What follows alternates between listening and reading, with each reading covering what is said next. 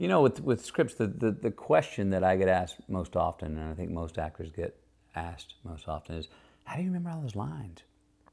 And I'm always like, well, you don't try to remember all the lines. You look at what's on the text. First, you read it and you try to understand it.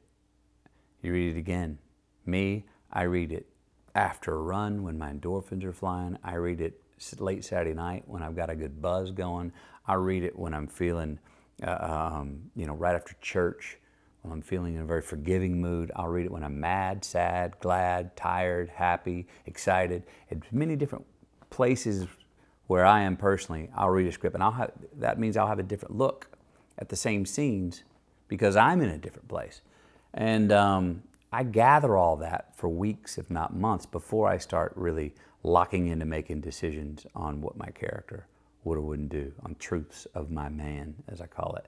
And you have to watch in a script not to grab a hold of things that you want to take literally too early, because you don't want to get bound to anything. You want to stay loose. Well, over and over through repetition, you know the script, you know what it's about. It's not about knowing the lines. What's the scene about? What does the character want out of this scene? What's the obstacle in front of this character to get what he wants? What does the character need in the scene? And then overall, what's happening in the scene? So if you do it over and over, it's never about memorizing the lines. It's understanding what the hell you're saying and what you mean and what you're trying to get and what you need, why you're having trouble getting it. How are you going to get past that obstacle to get what you need? You do that enough, the lines on the day are like Elie Kazan says, they're fringe on the carpet. I mean, they're just words.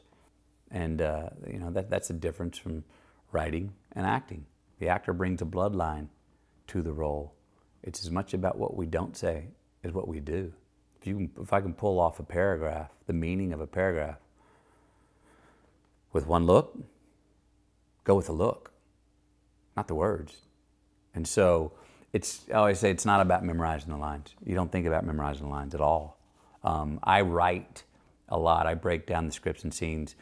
Most of my scenes, I'll have a version that's 8 times longer than the scene because I've rewritten it so many times in so many ways. I may not say anything that I rewrote, but everything I wrote tells me more, informs me more on what was on the page.